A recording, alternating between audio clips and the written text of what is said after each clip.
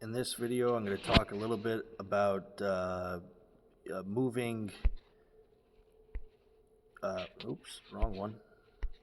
moving survivors around to, get the buffs on different places. Okay, so if you notice on your first tech center, if you have it, right, depending on the level, you will get a research speed percentage increase, right?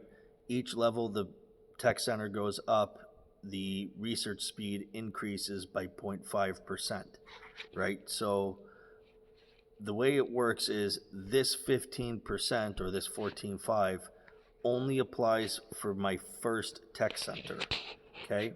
It does not apply to all of my tech research. So if this one is at 29, this one, I don't want to pop it, but this one is at 19. After I pop, it'll be 20. And that'll have its own research speed.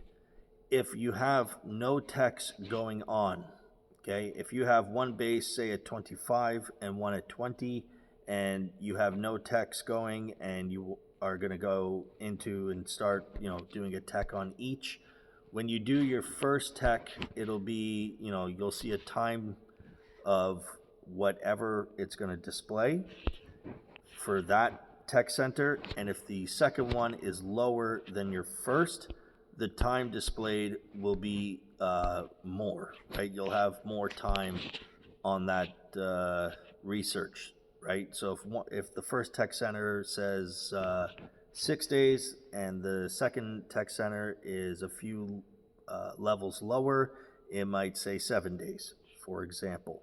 Okay, so that's something you need to keep in mind about.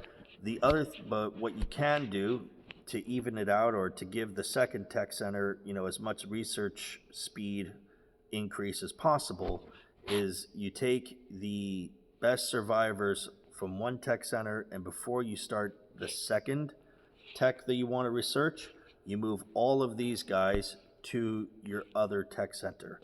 That way, that one gets the buffs of your best survivors, which will help reduce the research speed. Okay, you can also do that on your barracks, right? You can move them around, all 3 or 4 barracks that you have, and each one can then get a troop training increase, right? So you can maximize the amount of troops you get per training time.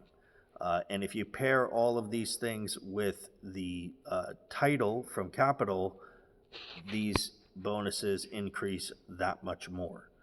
So I hope that makes sense. If you have any questions, let me know.